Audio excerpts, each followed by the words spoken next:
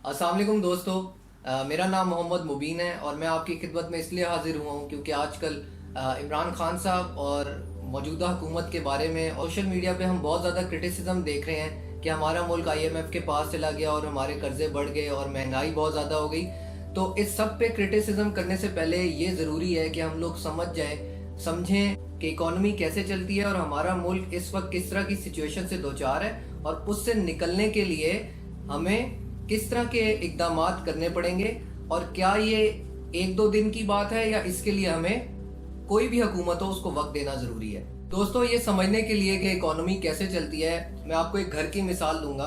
अब घर जो है उसमें जितने भी अफराद हैं उस घर की एक इनकम होती है, एक उसके खर्चे होते हैं। इनकम यानी जो वो आमदनी आती है घर को और एक जो उसके खर्चे हैं। अगर आमदनी खर्चों से ज्यादा हो तो आपके पास पैसा ज्यादा जमा होना शुरू हो जाता है और आप उस पैसे को लोगों को, अपने गरीब लोगों को देकर उनकी जिंदगी बेहतर कर सकते हैं या आप उस पैसे से इन्वेस्टमेंट करके कहीं और अपना काम कारोबार करके और बढ़ा सकते हैं और आप उस पैसे से बहुत सारे और काम कर सकते हैं। लेकिन अगर आपकी आमदनी आपके खर्चों से कम हो तो आपको खर्चे करने के लिए बाहर से पैसा लेना पड़ेगा। वो जब आप बाहर से पैसा लेंगे तो वो पैसा मुफ्त नहीं मिलता, उसके ऊपर आपको एक खास शरह अदा करनी पड़ती है जिससे आप पैसा लेते हैं। बदकिस्मती से हमारी मुसलमान दुनिया और जो इस वक्त हम दुनिया के हालात देखते हैं उसमें वो बाहर से जो हम पैसे लेते हैं अपने घर में कर्जों से अपने खर्चे पूरे करने के लिए, वो हम डॉलर्स में लेते हैं। अगर हमें बाहर से कोई भी चीज खरीदनी है, यानी अगर हमारा मुल्क बाहर से चीनी खरीदता है,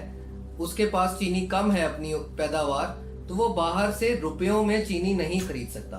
उसको जिससे चीनी खरीदनी है, भले वो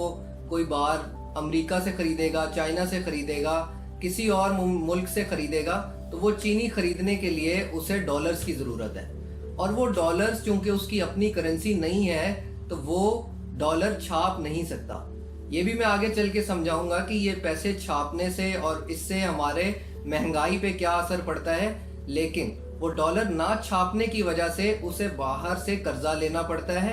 आजकल वो कर्जे कुछ बैंक देते हैं और एक बहुत सारे मुल्कों ने मिलकर एक ऑर्गेनाइजेशन बनाई हुई है जिसका नाम है IMF।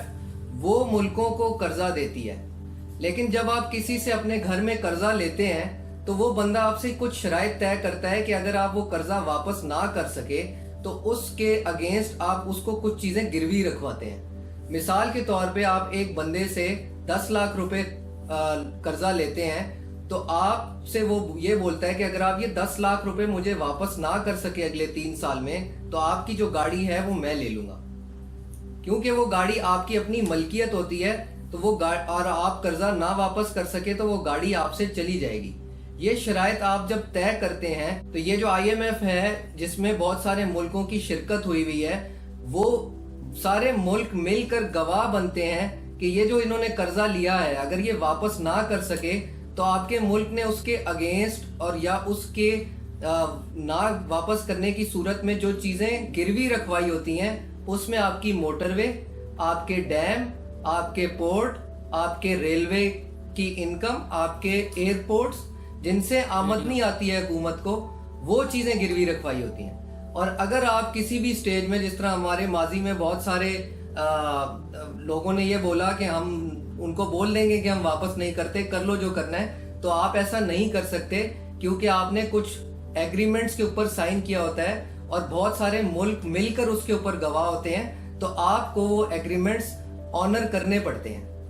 हाँ, लेकिन ये जरूर हो सकता है कि जब आप वो कर्जा वापस ना कर सकें तो आप उनसे दोबारा रिक्वेस्ट करें कि इस वक्त हमारे हालात ऐसे नहीं हुए कि हम आपको वापस कर सके, हमें तो और कर्जा चाहिए। फिर वो आपके साथ मजीद सख्त किस्म की शराइत तय करते हैं। अब मैं आपको ये समझाऊंगा कि पैसे छापना और कर्जे और कैश और क्रेडिट नोट छापना और महंगाई का इकोनॉमी से क्या लिंक है, तो उसके लिए ये वीडियो देखते रहिए। तो दोस्तों, अब ये समझने की कोशिश करते हैं कि महंगाई कैसे बढ़ती है। तो उसके लिए मैं आपके सामने बहुत सादा सी मिसाल रखने की कोशिश करता हूँ कि एक दुकानदार है, उसके पास 10 डबल रोटियां पड़ी हुई हैं और खरीदार हैं 10 और 10 रुपए की एक डबल रोटी है। तो वो दुकानदार सबको 10-10 रुपए की डबल रोटी दे देगा और वो चले जाएंगे। لیکن اب وہی دکاندار ہے جس کے پاس 10 ڈبل روٹی ہے، لیکن خریدار جو ہے وہ 15 ہے، لیکن اس کے پاس اور ڈبل روٹی نہیں ہے۔ وہ کسی بھی وجہ سے نہیں ہے، کہ پیچھے سے اس کو سپلائی نہیں آ رہی، یا اس کے پیچھے کسی نے ذخیرہ اندوزی کر کے ڈبل روٹی روک لی ہے۔ بہرحال اس دکاندار کے پاس 10 ڈبل روٹی ہے، اور مانگنے والے یا خریدار جو ہیں وہ 20 ہیں، تو وہ اس کے پاس 2 گنا خریدار ہیں لیکن ڈبل روٹی 10 ہے۔ تو وہ 10 روپے کی ڈبل روٹی اگر کسی کو دے گا تو وہ سارے لوگ اس سے لینے کی بات کریں گے، وہ سب کو تو نہیں دے سکتا۔ ان میں سے کوئی ایک بندہ اس کو بولے گا کہ یار مجھے تم 11 روپے کی دے دو، وہ اس کو ایک ڈبل روٹی دے گا 11 روپے کی۔ اب رہ گئی 9 ڈبل روٹیاں اور 19 بندے۔ اب دوسرا بندہ بولے گا مجھے 12 روپے کی دے دو۔ تو وہ اس طرح کرتے کرتے ڈبل روٹیاں جو ہیں وہ 10 کی 10 بکتے بکتے 17-18 روپے کی یا 20 روپے کی ڈبل روٹی ہو چکی ہوگی۔ اس طرح مہنگائی بڑھتی ہے کہ آپ کے پاس اشیاء جو ہیں وہ کم رہ جاتی ہیں، لیکن اس کی خریدار زیادہ ہوتے ہیں۔ ہمارے ملک میں اس کی بہت ساری وجوہات ہوتی ہیں۔ کئی دفعہ ہماری فصل کی پیداوار اتنی نہیں ہوتی، کئی دفعہ ہمارے پاس لوگ ذخیرہ اندوزی کر لیتے ہیں، چینی کی، گنے کی اور آٹے کی ذخیرہ اندوزی کرتے ہیں تاکہ بازار میں وہ کم ہو جائے اور خریدار بڑھ جائیں تو اس کی قیمت بڑھے، تو وہ مارکیٹ میں پھر تھوڑا تھوڑا کر کے وہ آٹا دیں مہنگا تاکہ وہ زیادہ پیسہ بنا سکیں۔ اس وجہ سے مہنگائی۔ تو اب ہم یہ سمجھنے کی کوشش کرتے ہیں کہ روپیہ کیا ہے، اور روپیہ چھاپنے سے جو حکومت اکثر آپ کو پارلیمنٹ میں یا ٹاک شوز کے اندر میڈیا کے اوپر بات کرتے لوگ نظر آتے ہیں کہ روپیہ چھاپا گیا اور زیادہ اتنے ارب روپیہ چھاپتی ہے حکومت روز، اس سے مہنگائی پہ کیا فرق پڑتا ہے اور اس سے مارکیٹ اور بازار پہ کیا فرق پڑتا ہے۔ ابھی ہم باہر اپنے ملک کے بارڈر سے باہر اور باہر کی خریداری کو نہیں سوچتے کہ وہ ڈالرز میں ہم لوگ کرتے ہیں تو وہ اس سے کیا فرق پڑتا ہے، اندر جو روپے پہ ہم لوگ کرتے ہیں اس سے کیا فرق پڑتا ہے۔ سو روپیہ یہ ہے کہ آپ نے اپنے ملک میں اندر کے بزنس اور اندر کی کام کاروبار کو کرنے کے لیے ایک کرنسی ایجاد کی ہے جس کو آپ روپیہ کہتے ہیں، اور اس کا حکومت کی طرف سے ایک نوٹ بنتا ہے، اور اس نوٹ کو حکومت یہ کہتی ہے کہ یہ کوئی بھی بندہ اگر نوٹ اسٹیٹ بینک میں میرے پاس لائے گا تو میں اس کو 1000 روپے کا اگر وہ نوٹ لائے گا تو 1000 روپے کے بدلے میں اس کو اتنا سونا میں دے دوں گی۔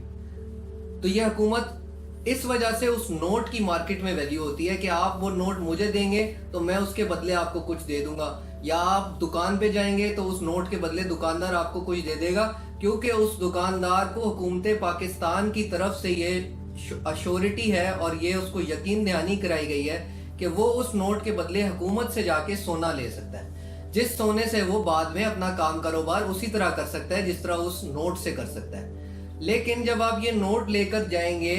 امریکہ یا یورپ کے کسی ملک میں اور آپ ادھر کے کسی دکاندار کو اپنا روپے کا نوٹ دیں گے تو اس کی حکومت نے اس روپے کے نوٹ کے بدلے میں اس سے کوئی وعدہ نہیں کیا ہوا، نہ آپ سے کوئی وعدہ کیا ہوا ہے۔ تو آپ اس نوٹ کو لے کر اس بندے کے پاس جائیں گے تو وہ آپ کو اس کے بدلے میں کچھ بھی نہیں دے گا، اس کے لیے اس نوٹ کی کوئی ویلیو نہیں ہے، اور وہ اس کے اگینسٹ آپ کے ساتھ کوئی کام کاروبار کی ایگریمنٹ یا کوئی بزنس کچھ نہیں کرے گا۔ سو وہ آپ ہی کے ملک کے اندر چل سکتا ہے۔ تو اب آپ یہ سوچ رہے ہوں گے کہ وہ نوٹ اگر ہمارے ہی ملک کے اندر چل سکتا ہے اور حکومت اسے چھاپ بھی سکتی ہے تو وہ چھاپی جائے نوٹ اور ہمارے ملک میں بہت خوشحالی آ جائے گی کہ وہ ہمارے ملک میں 30,000 ارب کا یا 15,000 ارب کا جو روپیوں میں قرضہ ہے حکومت کے اوپر، حکومت وہ نوٹ چھاپ کر واپس کیوں نہیں کر دیتی؟ تو ہوتا کیا ہے کہ اس ملک کے اندر جتنے لوگوں کے بٹووں میں یا جتنے لوگوں کے پرس میں اور والیٹس کے اندر جتنے بھی نوٹ پڑے ہوئے ہیں وہ اسٹیٹ بینک میں چھاپے گئے ہیں، جو کہ ایک حکومت کا ادارہ ہے جس کو یہ رسپانسبلٹی دی گئی ہے کہ وہ نوٹ چھاپ کر مارکیٹ میں اور بینکوں کے ذریعے سے لوگوں تک پہنچائے گی۔ سو اب آپ یہ سوچیں، جس طرح میں نے آپ کو پہلے یہ بتایا کہ ڈبل روٹی خریدنے والے 20 ہیں اور ڈبل روٹیاں 10 ہیں مارکیٹ کے اندر یا بازار کے اندر، تو جب حکومت اتنا زیادہ نوٹ چھاپ کر مارکیٹ میں دے دے گی تو وہ ڈبل روٹی اور جتنی بھی اشیاء مارکیٹ کے اندر ہیں ان کے مانگنے والے یا خریدار جو ہیں وہ بہت زیادہ بڑھ جائیں گے۔ جب وہ بڑھ جائیں گے تو مارکیٹ میں ان اشیاء کی قیمتیں بہت زیادہ تیزی سے بڑھنی شروع ہو جاتی ہیں۔ اس کی ماضی میں بہت ساری دوسرے ملکوں کی مثالات بھی ہیں، جس میں ورلڈ وار 1 اور 2 کے قریب جرمنی میں یہ کیا گیا تھا، تو ان کی جو مہنگائی تھی وہ ایک دن میں 3 گنا بڑھی تھی۔ اسی طرح زمبابوے میں کی ایک مثال ہے 2008 کی کہ انہوں نے اسی طرح نوٹ چھاپے تھے تو तो महंगाई इसी तरह कई गुना ज़्यादा बढ़ गई थी। तो ये करना हुकूमत के बस में नहीं होता कि वो नोट छाप के मार्केट में दे दे और आप लोग उससे, हमारी आवाम जो है वो खुशहाल हो जाए। क्योंकि जब वो सारी आवाम को बहुत ज़्यादा नोट छाप के दे देंगे तो हर बाजार में किसी भी चीज़ के मांगने वाले खरीदार बढ़ जाएंगे और हर चीज़ की कीमत बढ़नी शुरू हो जाएगी। इस वजह से नोट छाप कर आप अपने मुल्क में खुशहाली नहीं ला सकते। तो दोस्तों, आप लोगों को ये समझना चाहिए कि कोई भी जो मुल्क होता है वो खुद कफील नहीं होता, यानी उसके इस्तेमाल में जितनी अशिया होती हैं उन सब में से वो सब की सब नहीं बना पाता खुद। कुछ चीज़ें वो बनाता है और कुछ नहीं बनाता। हर मुल्क की यही सिचुएशन होती है, चाहे वो अमेरिका हो, चाइना हो, इंडिया हो, कोई भी बड़े से बड़ा मुल्क भी हो, उसकी ऐसी सिचुएशन या उसके ऐसे ही हालात होंगे कि कुछ चीज़ें वो खुद बनाएगा और कुछ बाहर से खरीदेगा। जब हम पाकिस्तान की मिसाल लेते हैं तो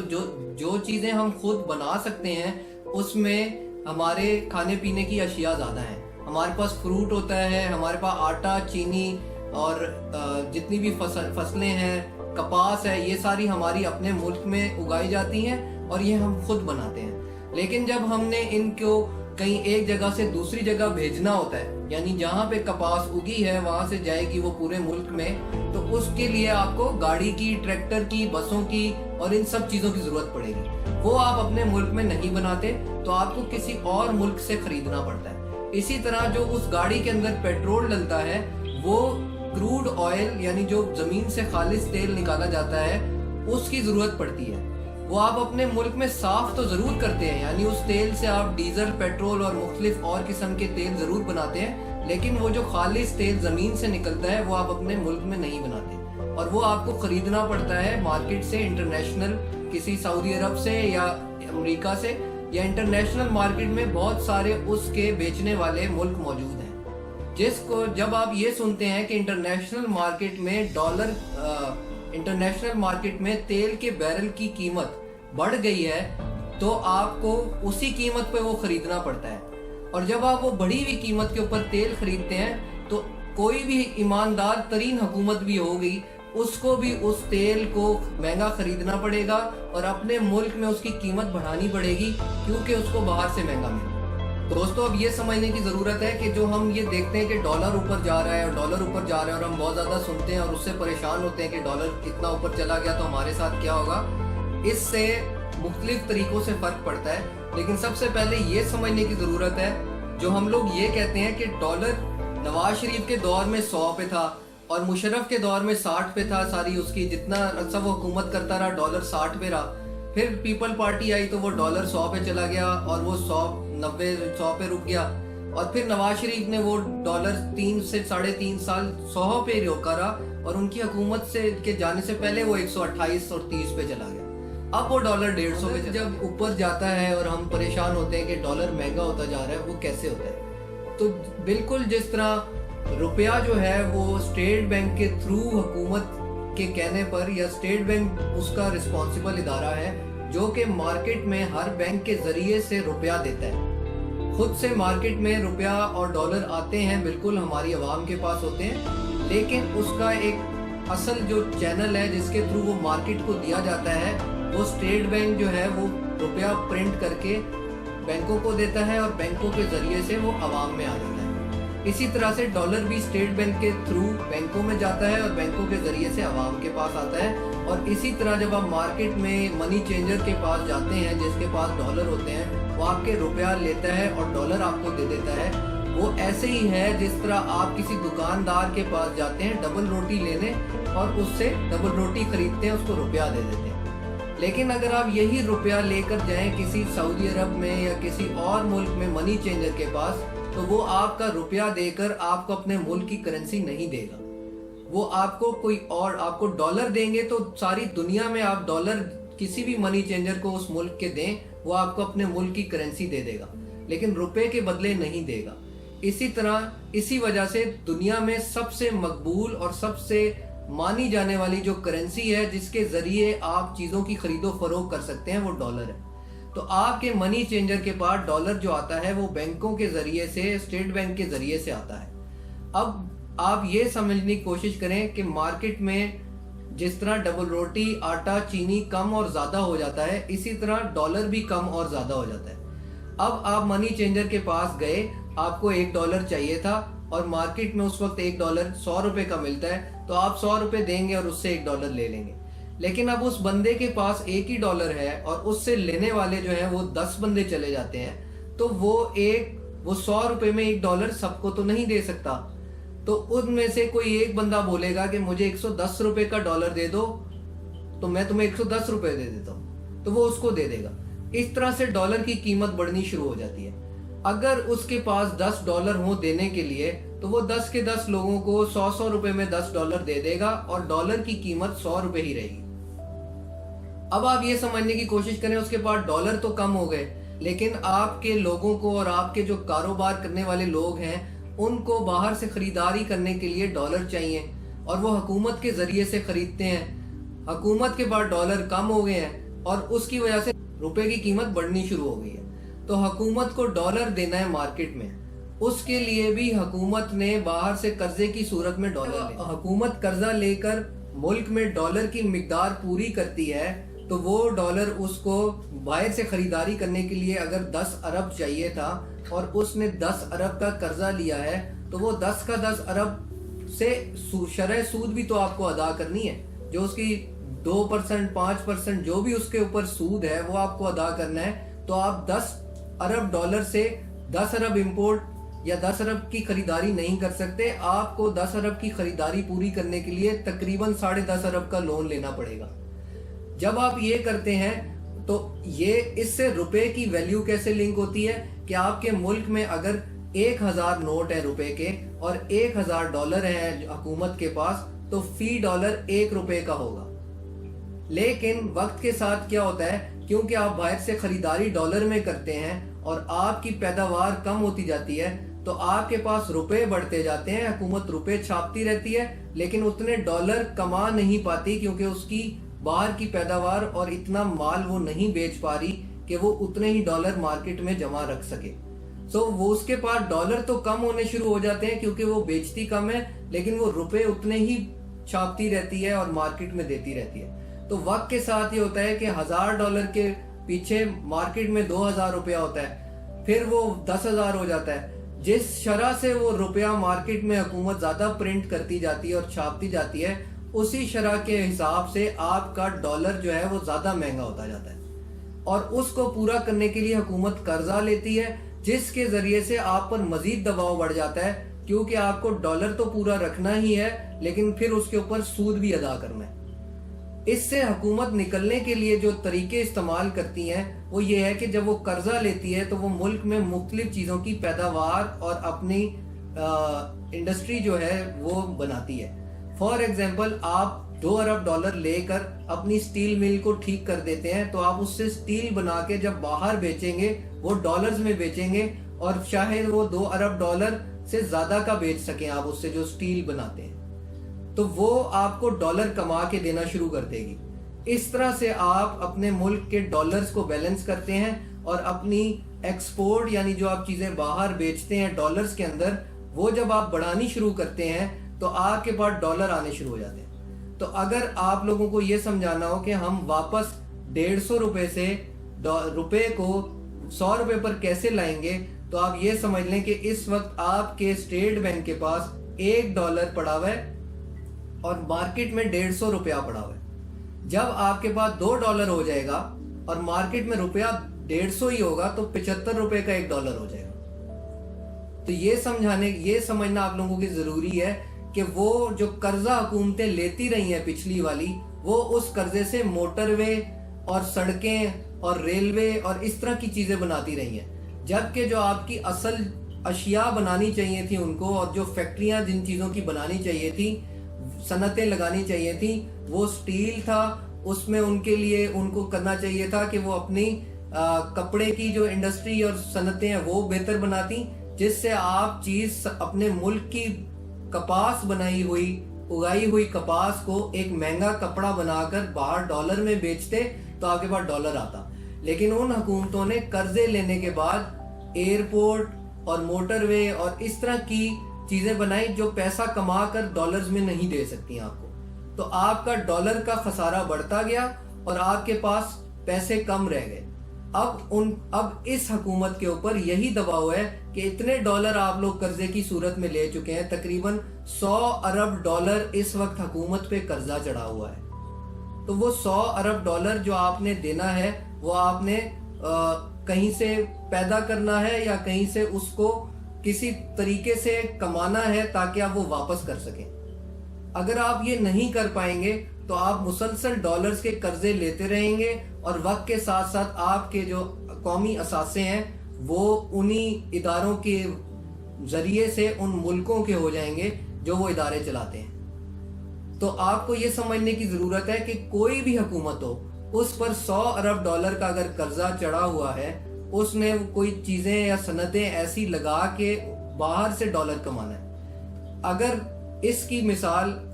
آپ یہ سمجھ لیں کہ ترکی میں یہی ہوا تھا کہ ان کے پاس ڈالر کم تھا اور لیرا جو ان کی لوکل کرنسی ہے وہ زیادہ تھی.